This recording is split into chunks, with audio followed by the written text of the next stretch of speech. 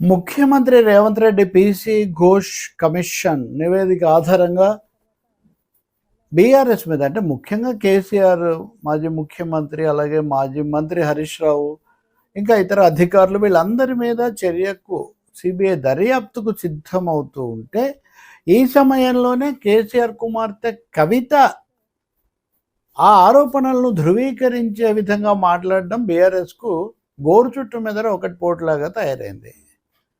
సరే, కవితకు పార్టీ పరంగా, కుటుంబ పరంగా, అవినీతి ఆరోపణల పరంగా పెద్దగా బలం ఉందని, ఆమె మాటకు పెద్ద ప్రభావం ఉంటుందని ఎవరు చెప్పరు. కానీ ఒకవైపున సిబిఐ దర్యాప్తు దాన్ని ఎలా ఎదుర్కోవటం అన్న విషయం మీద కేసీఆర్ కానీ లేకపోతే బీఆర్ఎస్ ఇతర నాయకులు కానీ అనేక వ్యూహాలు అల్లుతూ ఉంటే హైకోర్టులో కూడా ఎదురు దెబ్బ తగిలిన తర్వాత ఈ సమయంలోనే కవిత చాలా హడావుడిగా ముందుకొచ్చి అవినీతి జరిగింది, హరీష్ రావు సంతోష్లే కారణం, సంతోష్ పేరు ఆమె తీసినట్లేరు అని చెప్పడం నిజంగా ఆశ్చర్యం కలిగిస్తుంది. అంటే ఆమెకి ఎంత వ్యూహాత్మకంగా ఎంత ఆమె వేచి చూస్తున్నారు ఇలాంటి పరిస్థితి కోసం, ఇలా చెప్పడం కోసం అనేది మనకు అర్థమవుతుంది.